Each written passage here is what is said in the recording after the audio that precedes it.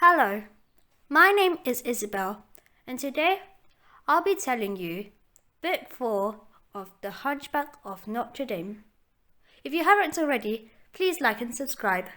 16 years ago, on Quasimodo Sunday, in the Notre Dame Cathedral, a group of old women look at a child in the abandoned child bench. They describe the child as a monster and say that the baby should be burned. Claude Frollo, who is a young priest at the time, listens to their conversation. After a few minutes, he pushes past the old woman and he officially adopts the baby. One of the old women says to another that she always suspected Frollo was a magician.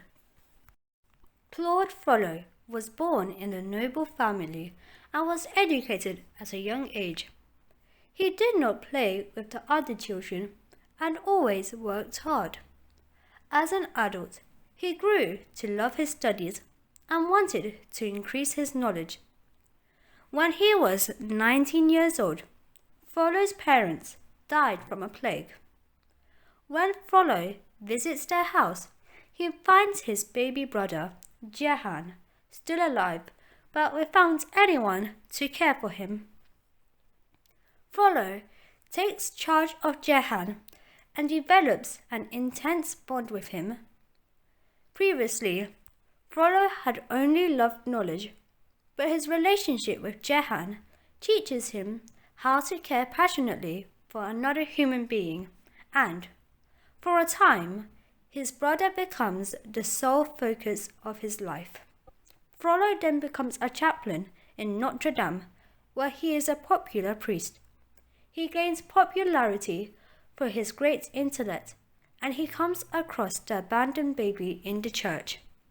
The poor orphan child reminds him of Jehan, and he adopts the baby out of compassion. He names the baby Quasimodo after the holiday on which he was found. Quasimodo has now grown up and is the bell ringer of Notre Dame. As he has lived all his life in the cathedral, Notre Dame is his universe. However, he became deaf and shut himself from the outside world. Darkness filled his soul, and he rarely talked. When he tried to talk, men insulted him. Therefore, he talked to the statues of Notre Dame. Quasimodo treated the statues as his family. He especially loved the bells. Quasimodo would care for his favorite bell called Mary. He would watch the bell swing back and forth. Even though he was deaf, he could hear a slight chime in Mary. Once he felt the frenzy of the bell take over him. He would jump upon Mary and be one with it. He would repeat this process over and over again. Quasimodo was everywhere in the cathedral. He simply brought life into Notre Dame. Now, in the 1800s, the cathedral is empty and dead.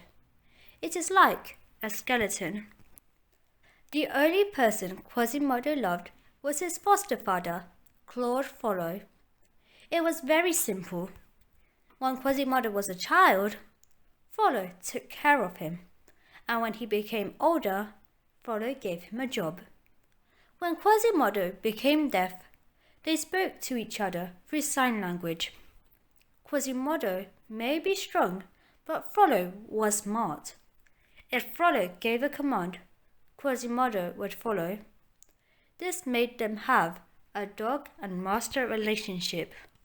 In 1482, Quasimodo was about 20 years old and Claude Frollo was about 36 years old.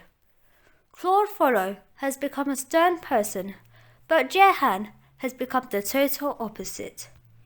Frollo would often get messages about how Jehan was misbehaving. Disappointed, Frollo went back to his studies. As he has learnt everything, he wishes to learn the unknown. Frollo has studied all the philosophers and is noted to spend time observing the alchemist Nicholas Flamel's grave. He is seen near Flamel's house, digging the cellar, which was believed to have the philosopher's stone. Both Quasimodo and Claude Frollo love Notre Dame.